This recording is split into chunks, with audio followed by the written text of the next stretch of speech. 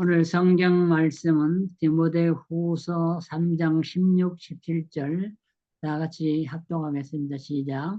모든 성경은 하나님의 감동으로 된 것으로 교훈과 책망과 바르게 함과 의로 교육하기에 유익하니 이는 하나님의 사람으로 온전케 하며 모든 선한 일을 행하기에 온전케 하려 함이니라. 아멘. 오늘 이광영 목사님께서 성경의 영감성이라는 제목으로 말씀을 전할 때 다 은혜 받으시기 바랍니다.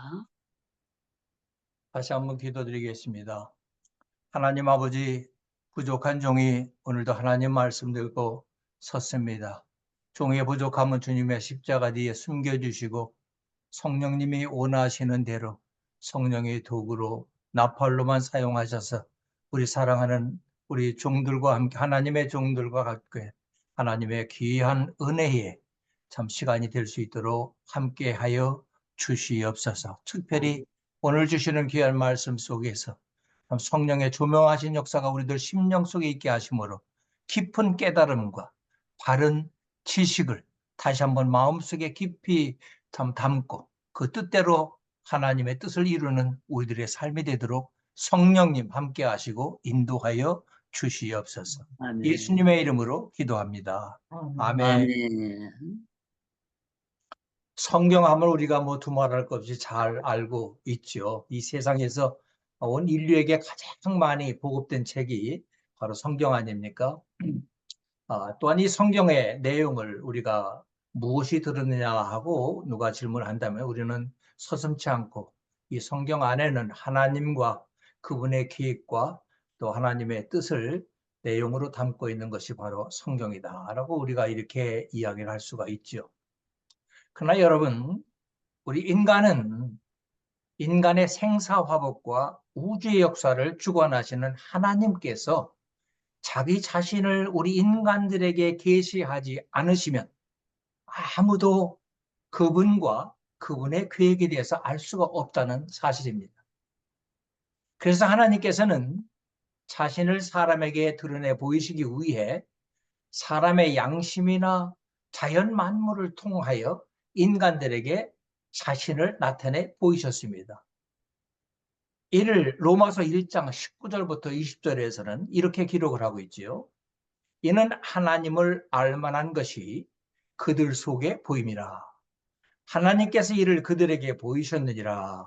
창세로부터 그의 보이지 아니하는 것들, 곧 그의 영원하신 능력과 신성이 그가 만드신 만물에 분명히 보여 알려졌나니 그러므로 그들이 핑계하지 못할지니라. 아멘.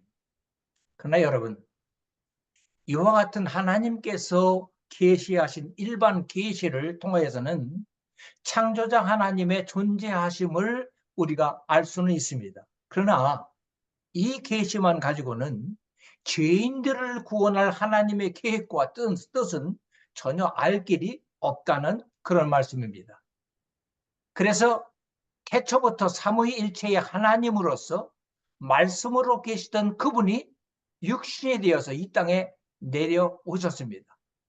그리고 객관적인 형태의 특별한 계시를 통해 인간이 하나님의 그 크고 온전하신 뜻을 이해하고 죄인을 구원하는 진리를 깨닫도록 해주신 것을 요한복음 1장 1절부터 3절에서는 이렇게 기록을 하고 있지 않습니까? 태초에 말씀이 계시니라. 이 말씀이 하나님과 함께 계셨으니 이 말씀은 곧 하나님이시니라. 그가 태초에 하나님과 함께 계셨고 만물도 그로 말미암아 지은 바 되었으니 지은 것이 하나도 그가 없이는 된 것이 없느니라.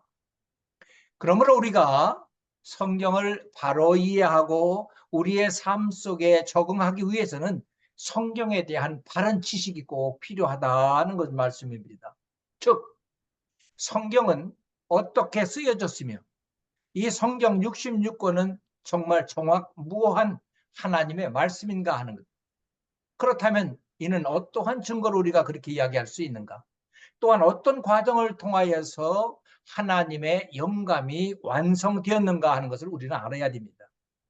그래서 오늘 이 시간에는 좀 교리적인 부분으로 성경의 영감설과 무성에 대한 내용을 함께 우리가 살펴보면서 상고해 보려고 준비를 했습니다. 첫 번째로 우리가 생각해 볼 수 있는 것은 과연 이 영감이라는 것이 무엇이냐? 영감이 무엇인가? 우리가 사용하고 있는 한글의 영감이라는 말은 영어의 inspiration을 번역한 말이죠. 그러나 사실 성서론상의 그 영감이라는 그 수로와는 전혀 다르게 사용되고 있습니다. 이는 우리말 성경인 디모데후서 3장 16절에 모든 성경은 하나님의 감동으로 된 것으로 라고 기록되어 있는 이 구절이 영어의 authorized 버전에 기록된 All scripture is given by inspiration of God 이라는 이 문장을 그대로 번역했기 때문이에요. 그러나 원문에는 이렇게 기록되어 있는 걸 알고 계실 거예요. 파사그라페 데오 푸네오토스라고 기록이 되어 있는데 이 말을 그대로 직역을 하면 모든 경은 하나님의 입김, 즉 영감이라는 그런 뜻입니다. 그렇기 때문에 이 영감이라고 하는 것은 성경을 기록하는 하나의 과정이 아니라 하나님의 역사하심으로 완성된 작품을 의미한다 하고 우리는 분명히 이해를 해야 됩니다. 그러면 두 번째로 이 성경은 어떠한 과정을 통해서 하나님의 입김, 영감이 되었는가를 우리가 살펴보도록 하겠습니다. 하나님께서 약 40여 명의 성경 작가들에게 꿈으로, 어떤 사람에게는 환상으로, 또는 음성이나 계시나 실제적인 어떤 체험이나 또는 다른 자료들을 통해 주신 주관적인 계시가 있습니다. 이 주관적인 계시를 기록을 해서 남도록 하기 위해서 문자화하는 과정에 성경의 작가들이 누구의 이끌림을 받았느냐? 성령님의 이끌리심을 받아 작가들의 문체나 어휘나 이 모든 것들을 선택하도록 하나님이 인도를 하셨다는 거예요. 그래서 그대로 기록한 완성된 작품이 곧 하나님의 입김, 즉 영감이라는 말씀이에요.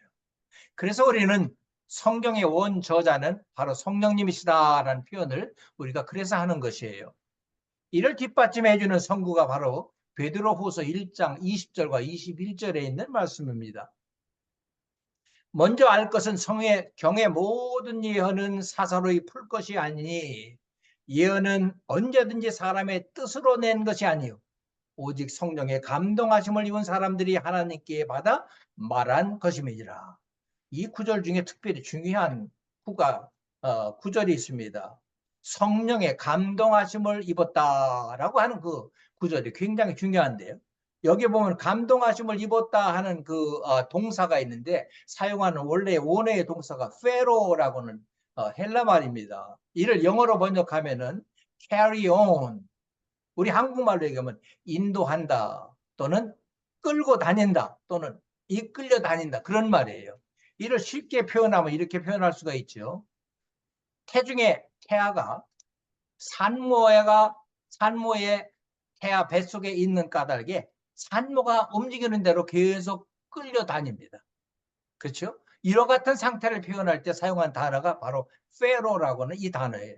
또 다른 예를 들자면은 정박된 배가 닷을 놓고 있습니다. 그때는 그 배는 닷의 이끌림을 받아서 그 위치를 절대로 임의대로 떠날 수가 없게 됩니다.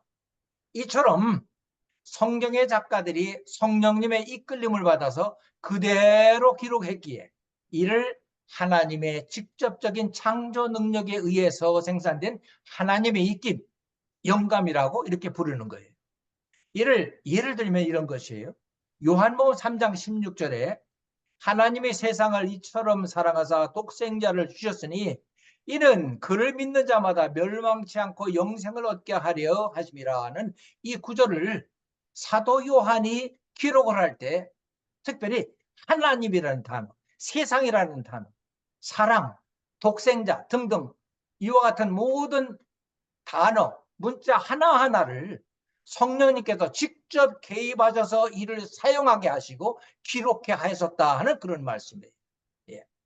이처럼 하나님의 말씀인 성경은 성령께서 성경 작가들의 개성이나 경험이나 어휘나 어떤 교육적인 배경과 또 그들이 받은 주관적인 계시를 그대로 유지하고 이용하시면서 기록할 주제나 성경이나 어휘의 선택 과정을 친히 인도하시고 기록해 하셨다는 거예요. 그래서 완성된 성경의 원본의 성격을 지도록 했다는 것이 바로 그 성경 말씀에 우리에게 주시는 깊은 교훈입니다. 이를 쉽게 우리가 다른 예를 들어서 표현하면은 다이아몬드를 세공하는 그 과정을 우리가 비유를 할 수 있겠지요. 원래 다이아몬드 그 원석은 검습니다. 그렇죠? 그래서 절대로 빛이 반사하지 않아요. 그러나 세공사의 손길을 거치면서 깎고 다듬고 또 빛을 발하도록 이렇게 역사를 통해서 찬란한 빛을 발하는 그 비싼 다이아몬드를 만들게 되는 것이죠. 이처럼 성경의 기록은 인간 저자들의 손에 의해서 쓰여지긴 했지만 그 모든 과정을 직접 주관하신 분이 바로 성령 하나님이셨다 하는 것이에요. 이것이 바로 성경이 오늘날까지 빛을 발하며 사람의 영혼을 비추는 그 이유가 되고 있는 것이에요. 근데 여러분, 우리가 이 성경의 정경성을 입증하는 성구로 사용하는 이 두 구절이 있잖아요. 우리가 함께 오늘 낭독한 디모데후서 3장 16절이나 베드로후서 1장 21절, 이 두 성경 구절은 신약 성경 27권이 정경으로 채택되기 전에 이전에 기록되기 때문에 이 구절에서 언급되는 성경은 바로 구약 성경만을 입증한다는 사실이에요. 우리가 그거를 꼭 염두에 둬야 됩니다. 따라서 우리가 가지고 있는 신약 27권에 대한 정경성을 직접적으로 입증할 수 없다는 것이에요. 왜냐하면 모든 성경은 하는 디모데후서 3장 16절은 바로 구약 성경에 있는 성경을 이야기하고 있다는 것이에요. 그렇죠? 예. 그래서 우리는 신약 성경 27권이 어떻게 우리가 영감성을 받아들일 수 있는가 하는 그 문제를 우리가 살펴봐야 됩니다. 그래서 세 번째로는 신약 성경 27권의 영감성은 어떻게 입증할 수 있는가를 우리가 찾아봐야 됩니다. 히브리서 1장 1절부터 2절에 보면은 이런 말씀이 있습니다. 옛적에 선지자들로부터 여러 부분과 여러 모양으로 우리 조상들에게 말씀하신 하나님이 이 모든 날 마지막에 아들로 우리에게 말씀하셨으니 이 아들을 만유의 후사로 세우시고 또 저로 말미암아 모든 세계를 지으셨느니라 하는 말씀을 기록하고 있습니다. 특별히 여기 이 모든 날 마지막에 아들로 우리에게 말씀하셨다 하는 이 말씀이 참으로 중요합니다. 이 말은 다른 말로 표현하면 예수님은 하나님의 모든 계시의 총화이시다 하는 그런 의미예요. 즉 모든 하나님의 계시는 예수님을 통해서 완성되고 끝맺음이 되었다 하는 그런 말씀입니다. 따라서 현재 우리들이 하나님께로부터 받은 어떠한 계시라 할지라도 어디까지나 이는 개인적으로 주어진 주관적인 계시일 뿐 객관적인 계시가 절대로 될 수 없다는 것을 우리는 명심해야 됩니다. 왜냐하면 우리 주변에도 요즘 본인들이 받은 계시를 가지고 객관화하려고 하는 사람들이 참으로 많기 때문에 그러는 거예요. 그러므로 이 객관적인 계시는 바로 하나님의 말씀인 성령님이 저작하셔서 우리에게 남겨주신 이 영감, 하나님의 입김, 영감인 이 성경 말씀밖에 없다는 것이에요. 그러면은 예수님께서 이 땅에 계실 때 가르치시고 전하셨던 이 말씀이 신약 성경의 정경성과는 어떠한 관련이 있는가를 우리가 살펴봐야 됩니다. 그 첫 번째로는 예수님은 그의 공생애를 통해서 하나님과 그의 뜻과 말씀을 계시하셨는데요. 요한복음 4장 34절에 보면 예수께서 이르시되 나의 양식은 나를 보내신 이의 뜻을 행하며 그의 일을 온전히 이루는 이것이니라 하고 말씀을 하셨고, 요한복음 5장 24절에 보면은 내가 진실로 너에게 이르노니 내 말을 듣고 나 보내신 이를 믿는 자는 영생을 얻었고 심판에 이르지 아니하느니 사망에서 생명으로 옮겼느니라 하고 말씀하셨습니다. 이처럼 예수님께서는 그의 공생애를 통해 하나님의 말씀을 항상 전하셨고 생명을 전하는 말씀을 하셨다고 기록을 하고 있어요.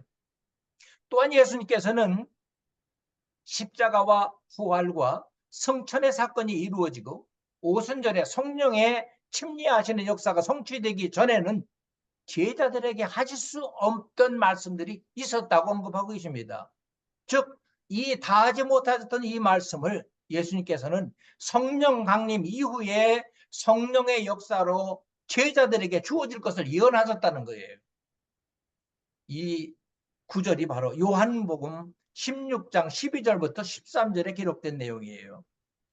내가 아직도 너에게 이를 것이 많으나 지금은 너희가 감당치 못하리라. 그러나 진리의 성령이 오시면 그가 너희를 모든 진리 가운데로 인도하시리니 그가 자의로 말하지 않고 오직 듣는 것을 말하시며 장래 일을 너희에게 알리시리라. 그리고 또한 요한복음 14장 26절에 보면요, 보혜사 곧 아버지께서 내 이름으로 보내실 성령, 그가 너에게 모든 것을 가르치시고 내가 너에게 말하는 모든 것을 생각나게 하시라고 말씀하시므로 오순절 성령 강림과 더불어 성령님의 내재하심의 역사로 인하여 하나님께서, 예수님께서 하신 모든 말씀을 신약의 성경 작가들이 한마디도 잊지 않고 기억나게 하셨다는 것이에요. 할렐루야. 이처럼 성령님께서는 그리스도의 말씀을 신약 성경 작가들에게 가르치시고 기억나게 하셨으므로 예수님께서 성천하신 지 60여 년이 지난 이후에도 예수님의 말씀을 그대로 기록으로 남길 수 있었다는 것이에요. 할렐루야. 또한 이와 같은 성령님의 역사는 요한계시록의 완성과 함께 종결이 되었으므로 요한계시록 22장 18절부터 19절에서는 이렇게 기록을 하고 있는데요. 내가 이 책의 예언의 말씀을 듣는 각인에게 증거하노니 만일 누구든지 이것들 외에 더하면 하나님이 이 책에 기록된 재앙들을 그에게 더하실 터이요, 만일 누구든지 이 책의 말씀에서 취하여 버리면 하나님이 이 책에 기록된 생명나무와 및 거룩한 성에 참여함을 취하여 버리시리라. 따라서 이상과 같은 이론을 우리가 근거로 해서 볼 때 신약 계시의 총화이신 예수 그리스도께서 보혜사 성령을 통하여 사도들에게 다하지 못하셨던 말씀도 이미 주시도록 약속을 하셨던 까닭에 신약 성경의 작가들에게도 주신 모든 신약의 계시도 하나님의 입김인 영감이 되었다는 말씀입니다. 따라서 디모데후서 3장 16절이나 베드로후서 1장 21절의 말씀을 신약 성경 27권의 27권의 정경성 여부에도 간접적으로 적용할 수 있다는 그런 말씀이에요. 그러면 우리들은 하나님께서 우리에게 주신 신구약 성경 66권, 66권에 사용된 단어 하나하나가 성령님의 인도하심에 따라 선택하고 기록되었다는 축자 영감서를 우리는 그래서 주장하고 있는 것이에요.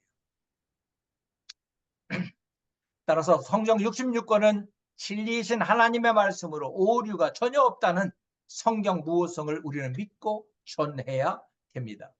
근데 여러분, 오늘 이 세상에 보면은 교회 안에서도요, 진리의 기준이 점점 흔들리고 있는 것을 우리가 봅니다. 마치 구약의 사사시대처럼 사람마다 자기의 소견에 오른 대로 주장을 합니다. 그리고 행합니다. 그래서 진리조차 상대적인 것처럼 여기고 있는 사람들이 많습니다. 그 이유와 동기는 바로 지난 18세기, 19세기에 있던 독일 신학을 중심으로 확산된 자유주의 신학의 영향이라고 생각이 듭니다.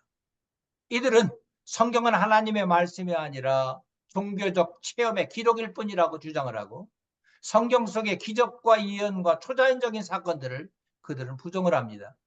심지어는 예수님의 부활조차 제자들의 신앙 고백으로만 이해하므로 성경의 초자연성과 무호성을 거부합니다. 그러나 성경은 흔들리지 않는 진리의 책입니다. 그리고 오류가 전혀 없는 하나님의 말씀임을 우리는 잊지 말고 전해야 됩니다. 최근에 들어서 주변에 SNS나 이런 걸 통해 보니까 많은 교회들 가운데 성경을 그 원본대로 믿어야 한다고 주장하는 Bible Believing Church가 점점 확산되고 있는 것은 참으로 다양한 일이 아닌가 하는 생각이 듭니다. 근데 중요한 점은 이 성경을 우리가 접할 때 성령님의 인도하심에 따라 성경 작가들이 기록된 성경의 문체나 단어나 어휘를 바로 이해할 수 있도록 누구의 도움이 필요하냐? 성령님의 조명하시는 역사가 꼭 필요하다는 것이에요.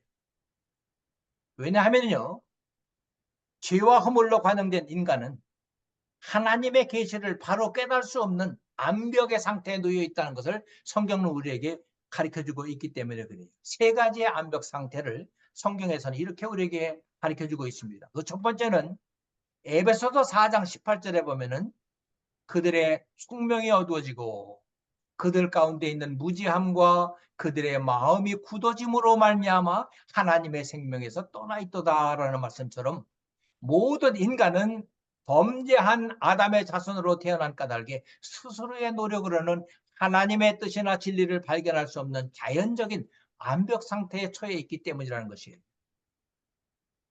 그래서 성령의 조명하신 역사를 우리는 간구해야 됩니다. 두 번째는 고린도후서 4장 4절에 보면은 그중에 이 세상의 신이 사단을 의미하지요. 믿지 아니하는 자들의 마음을 혼미하게 하여 그리스도의 영광의 복음의 광채가 비치지 못하게 하미니 라는 말씀을 기록하고 있고, 요한복음 8장 44절에 있는 말씀에 의하면 사탄은 거짓말쟁이요 거짓의 압입니다. 그래서 하나님의 말씀을 진실성을 부인하거나 자신의 이름을 거기에 첨부해서 하나님의 말씀의 내용이나 의력이 나타나지 못하도록 방해하는 역할을 하고 있는, 한마디로 사탄적인 암벽 상태가 있기 때문에 성령님의 조명하신 역사가 우리는 반드시 필요한 것이에요. 마지막 세 번째는 이사야서 6장 9절부터 10절에 있는 말씀에 보니까 여호와께서 이르시되 가서 이 백성에게 이르기를 너희가 듣기는 들어도 깨닫지 못할 것이요 보기는 보아도 알지 못하리라 하여 이 백성의 마음을 둔하게 하며 그들의 귀가 막히고 그들의 눈이 감기게 하라. 염려하건대 그들이 눈으로 보고 귀로 듣고 마음으로 깨달아 다시 돌아와 고침을 받을까 하노라 하는 말씀처럼, 말씀을 들었으면서도 말씀에 순복하지 않은 사람들에게 하나님이 심판으로 내리시는 사벽적인 암벽 상태를 우리가 가지고 있기 때문에 그렇다는 말씀이에요. 그러므로 성경의 저작에 직접 관련하셨던 성령님께서 하나님과의 올바른 관계하에 있는 성도들에게 바른 이해의 빛을 조명하신 역사를 통하여 비추어 주심으로 하나님께서 전하시기를 원하시는 그 뜻을 우리로 하여금 바로 알게 해 주시도록 우리는 성경의 말씀을 대할 때마다 성령님의 조명하시는 역사를 간구해야 한다는 그런 말씀입니다. 이제 성경을 비판하기 위해서 성경을 읽다가 그 말씀으로 새 사람이 된 한 사람을 소개하면서 오늘의 말씀을 마무리하려고 합니다. 이는 이미 우리에게 잘 알려진 사람일지도 모릅니다. 이미 영화로 제작되어서 기독교인들뿐만 아니라 일반인들에게도 큰 감동을 주었던 벤 허의 작가인 누구죠? 류 올레이스죠. 예, 그 사람의 이야기예요. 그는 원래 불신자로서 성경을 공허하고 황당무계한 거짓이라고 맹렬히 비판하는 자였습니다. 그는 어찌나 하나님을 반대하는 일에 열심히 했는지 말로만 성경의 허구성과 기독교의 불필요성을 강조하는데 그치지 않고 어떻게든지 책을 써서 세상 모든 사람들에게 읽히겠다고 결심을 하기에 이르렀습니다. 그래서 그는 당장 성경의 허구성을 밝혀 책으로 내기 위해서 성경을 자세히 읽기 시작했습니다. 그래야 성경을 성공적으로 신랄하게 비판할 수 있다고 생각했기 때문이었어요. 성경을 대하는 그의 마음은 완악하였습니다. 그리고 그의 눈은 성경 가운데서 잘못과 거짓을 발견하려고 번뜩이고 있었습니다. 그러나 창세기로부터 읽어가는 도중 그의 마음속에는 놀라운 변화가 서서히 일어나기 시작했습니다. 성경을 읽는 가운데 하나님의 그의 마음을 녹이기 시작한 것이에요. 드디어 메시아이신 예수 그리스도의 탄생과 인류의 죄를 대속하시기 위해 십자가를 지시는 말씀이 이르러서 그는 그야말로 꼬꾸라지고 마는 것이에요. 그의 완악하고 비판적인 불신의 마음에 예수 그리스도의 구속의 사랑과 안식이 찾아든 것이었습니다. 그 사랑에 감격한 올레이스는 기독교를 비판하고 성경을 농락하려던 그 붓을 꺾어버리고 그 대신 만인의 신금을 누리고 그리스도께로 많은 사람을 인도케 한 불후의 명작 바로 배너를 쓰게 된 것이라는 그런 이야기입니다. 사랑하는 등역자 여러분, 이처럼 성령님의 역사하심으로 완성된 하나님의 입김 영감은 축자 영감으로 전혀 오류가 없는 하나님의 말씀임을 꼭 기억하고 전하도록 하십시다. 그리고 이 말씀을 우리의 실생활의 원동력으로 삼아서 주님 부르시는 그날까지 힘차게 살아가시는 우리 모두가 되시기를 주님의 이름으로 간절히 축원드립니다. 네. 기도드리겠습니다.